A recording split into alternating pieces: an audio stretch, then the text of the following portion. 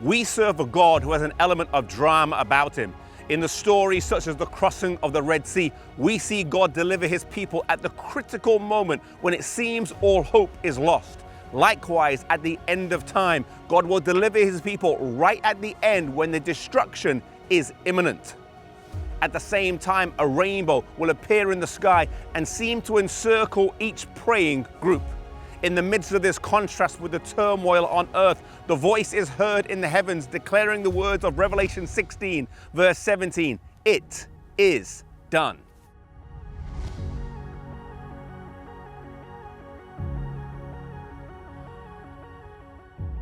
Revelation 16 says there will be a mighty earthquake such as never before. Mountain chains will sink, inhabited islands will disappear, and the seaport cities known for their wickedness will be swallowed up.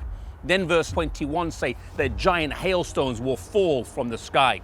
The prison cells will be burst open, and God's people who have been held captive will be set free. The graves are also opened, as mentioned in Daniel 12, verse 2, with a special resurrection for those who pierced Jesus, mentioned in Revelation 1 and verse 7.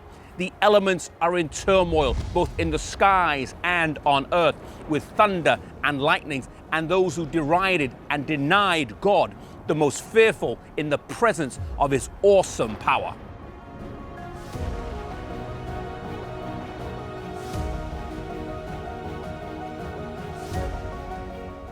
Amidst this, a voice is heard in heaven declaring the day and hour of Jesus' return. And then a small black cloud appears in the east about the size of a man's hand.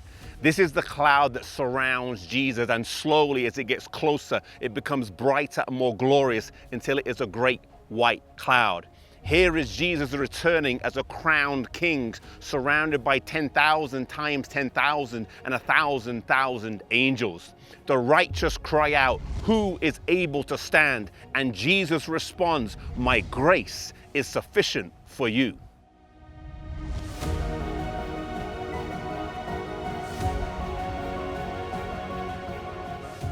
Amid the reeling earth, the flashing lightning, and the thunder, the voice of God calls forth the sleeping saints from the grave. As the graves are opened, the righteous come forth victorious, as the grave has no more power over them.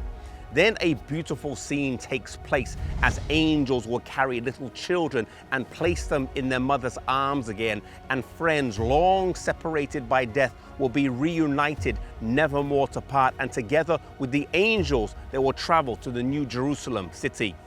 Before each person enters the city, Jesus will place a crown on their heads and give them a palm of victory and a harp in their hand.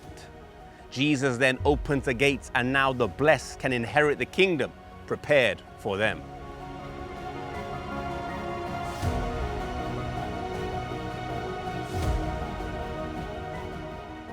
Now is fulfilled the prayer of Jesus that he and his people can be together. As the righteous are gathered into the city, a symbolic moment occurs as the two Adams meet. Adam, the first man, meets Jesus, the second Adam. One brought sin and one brought salvation.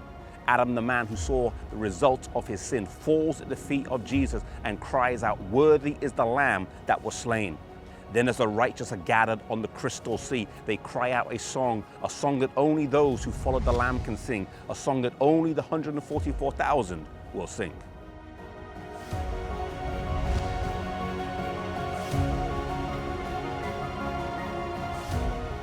As the righteous are in paradise through the ceaseless ages of eternity, the cross of Christ will be both their science and song. Continually it will be studied. Never will it be forgotten. Today we understand it but dimly, but even in heaven throughout eternity, we'll continue to learn new and deeper revelations about it. It will be seen that God, who is infinite in wisdom, could devise no plan for the salvation of man except the sacrifice of Jesus. May we accept the free gift of salvation that Jesus offers today.